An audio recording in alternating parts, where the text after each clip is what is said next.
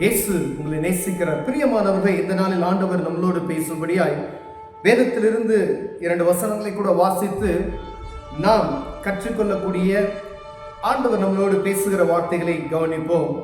அது வெளிப்படுத்தின விசேஷம் 2வது அதிகாரம் 4வது வசனம் 5வது வசனம் இப்படியாக சொல்லப்படுகிறது. ஆனாலும் நீ ஆதியில் கொண்டிருந்த அன்பை விட்டாய் என்று உன் பேரில் எனக்கு குறை உண்டு. ஆகியால் நீ இன்ன நிலையிலிருந்து விழுந்தாய் என்பதை நினைத்து மனம் திரும்பி ஆதியில் செய்த கிரியைகளை செய்வாயாக. இல்லாவிட்டால் நான் சீக்கிரமாய் உன்னிடத்தில் வந்து நீ மனம் திரும்பாத பட்சத்தில் உன் விலக்கு தண்டை அதனிடத்திலிருந்து நீக்கி போடுவேன் என்றார். பிரியமானவர்களே, எபேசு சபை என்கிற ஒரு சபைக்கு ஆண்டவர் எழுத தீர்க்க தரிசனமாய் உரைக்கிற ஒரு வார்த்தை தான் இந்த காரியம். அந்த சபைக்கு எழுதும் பொழுது ஒரு தனிப்பட்ட ஒரு மனிதனுக்குள்ள காணப்படுகிற குறைகளையும் சுட்டி காண்பிக்கிறதை நாம் பார்க்க முடியும். சபை பிரித்தெடுக்கப்பட்டது. பரிசுத்தாவின் அபிஷேகம் பெற்ற சபைகள் உண்டு. அப்படி ஆண்டவருடைய பிள்ளைகள் பரிசுத்தாவின் அபிஷேகத்தை பெற்றவர்கள் இயேசு கிறிஸ்துவை சொந்த இரட்சகராக ஏற்றுக்கொண்ட ஒவ்வொருவரையும் ஆண்டவர் இந்த நாளில் நீ ஆதியில் கொண்டிருந்த அன்பை விட்டாய் என்ற அந்த ஒரு வார்த்தையை, ஆதியில அந்த அன்பை, அப்படியானால் நாம் இந்த நேரத்தில் இருக்கக்கூடியதற்கும் இந்த ஆதி நிலைமைக்கும் ஒரு இடைவெளியில இருக்கு. பார்த்தீங்களா? ஒருவேளை ரட்சிக்கப்பட்ட அனுபவம் அப்படின்னு வச்சுக்கோங்க. இப்போதைக்கு தான் புதுசாக ரட்சிக்கப்பட்டிருக்கோம். இந்த ரட்சிக்கப்பட்டதுமே நமக்குள்ள ஒரு பயங்கர அது ஒரு பூஸ்ட் மாதிரி இருக்கு. பார்த்துருக்கீங்களா? ஊழியம் செய்வோம், அங்கே ஓடுவோம், அப்படியே வருவோம், 1 மணி நேரம் ஜெபிப்போம், 5 மணி நேரம் ஜெபிப்போம், 6 மணி நேரம் ஜெபிப்போம். அந்த மாதிரி நேரம் கிடைக்கும் போதெல்லாம் ஜெபிப்போம். கூடி ஜெபம் பண்ணுறதுல ஒரு நாள் தவற மாட்டோம், மீட்டிங் தவற மாட்டோம். அப்படிப்பட்ட காரியத்தெல்லாம் நாம் செய்து கொண்டிருந்தவர்கள்.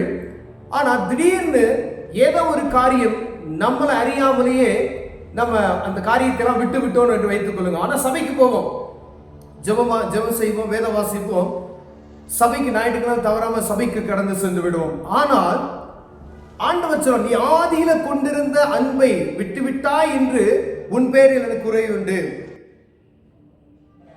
ஆகையால் நீ இந்த நிலைமையில் விழுந்தாய் என்பதை, அதாவது அந்த ஆதி நிலைமையில் இருந்த பரிசுத்தம், ஆதி நிலைமையில் இருந்த ஜெபம், ஆதி நிலைமையில் இருந்த ஊழியத்துக்கு ஓடுன அந்த ஓட்டம் பாருங்க. ஒரு குறிப்பிட்ட காலத்துக்கு பார்த்தீங்கன்னா, அன்னைக்கு இடனே பிரேயரில் நாங்கள் இருக்கும் பொழுது அவங்க எப்போ சொன்னாங்கன்னாலும் நாங்கள் ஓடி வருவோம். எங்கனாலும் கிராமத்துக்கு கூப்பிடுவாங்க. கடையை அடைச்சிட்டு கையில் காசே இருக்காது, கடையெல்லாம் அடைச்சு நாங்கள் பாட்டு கிராமத்துக்கு போயிடுவோம். அன்னைக்கு ஆண்டவர் சகலத்தையும் நன்மையாய் நிரப்பினார். பிரியமானவர்களே, ஆனால் இன்னைக்கு நாங்கள் பார்த்தோம்னா அந்த ஊழியத்தை செய்கிறோமே என்று பார்த்தா எங்களுக்குள்ளேயே கிடையாது. அப்படிதான் ஒவ்வொருவருக்கும் ஆண்டவர் பேசுகிறார். நீ ஆதியில இருந்து எந்த நிலையில விழுந்த என்பதை நீ ஆராய்ந்து பார்க்கும்படி என்றால் ஆண்டவர் அழைக்கிறார். பிரியமானவர்களே, எந்த நிலையில் விழுந்தோம் என்பதை நாம் சரிபார்க்க வேண்டும். ஒவ்வொரு நாளும் அது கரெக்டாக நம்ம சரி பார்த்துட்டோம்னா இவ்வளவு பிரச்சனை வராது. ஆண்டவர் விளக்கு தண்டை அணைத்து விடுவேன் என்கிற ஒரு கடின வார்த்தையை அதில் பயன்படுத்துகிறதை நாம் பார்க்க முடியும். ஒரு சபைக்கு ஆண்டவர் எழுதுகிறார், ஒரு தனிப்பட்ட மனிதனுக்கும் இதே வார்த்தை தான். பிரியமானவர்களே, அந்த சபையில ஒரு சபை இருக்குன்னா அந்த சபையில நீ கொண்டிருந்த அன்பு போயிடுச்சு. அதே போலதான் தனிப்பட்ட ஒரு மனிதனை பார்த்து ஆண்டவர் இந்த நாளில உங்களையும் என்னையும் கேட்கிற ஒரு கேள்வி, நீ ஆதியில எந்த நிலையில் விழுந்து போனாய் என்பதை சரிபார்க்கும்படியாய் ஆண்டவர் ஒரு கிரேஸை அதில் கொடுக்கிறார். பாருங்களேன், ஆகையால் நீ இந்த நிலையிலிருந்து விழுந்தாய் என்பதை நினைத்து மனம் திரும்பி ஆதியில் செய்த கிரியைகளை செய்வாயாக. இல்லாவிட்டால் அப்படிதான் சொல்றார், நீ செய்வாயாக. அப்ப செஞ்சிட்டோம்னா ஆண்டவர் கிருபை அளிக்கிறவராய் இருக்கிறார். ஆண்டவர் கிருபை அளிக்கிறவராய் இருக்கிறார். இந்நாள் வரைக்கும் அவருடைய வருகை தாமதம் ஆகும் வரைக்கும் கிருபையின் நிமித்தமாவே வாழ்ந்து கொண்டு இருக்கிறோம். நம்ம ஒவ்வொரு நாளும் அதை தான் நம்ம நினைச்சுக்கிறோம். ஆண்டவர் வருவார் லேட் ஆகுதுன்னு சொல்றதுனால நம்ம இறுதி என்ன இருந்துச்சு, அப்படியே ஒரு மலட்டுத்தன்மை போல ஆகிவிட்டது. ஆனா ஆண்டவர் எந்த நேரத்தில் வேணாலும் நினைச்சுதான் வரலாம்.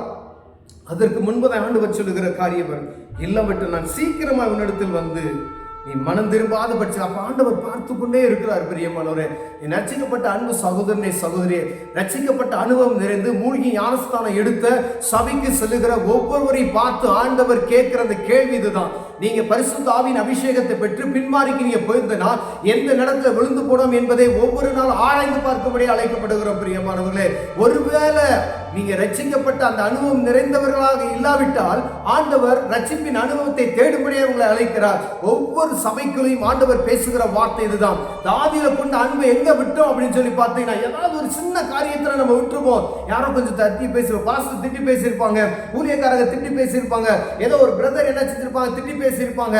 இதை ஒரு காரியமா நம்ம வைத்து பிசாசா நம்ம உங்களை அப்படியே என்ன செய்யணும், அவன் எப்படா இவனை உள்ள தள்ளலாம், இவன் ஒரு ஊழியத்தின் பாதையில வேகமா ஓடுறானே, எப்ப பார்த்தாலும் ஜெபம் பண்றானே என்கிற அந்த உங்களை வாட்ச் பண்ணிக்கிட்டே இருக்கான். பாத்தீங்களா, எப்ப நேரம் கிடைக்குமோ அவர்களை விழத்தள்ளுவதற்கு அவன் எப்படியும் எதிர்ச்சிக்கிற சிங்கம் போல அழைகிறான்.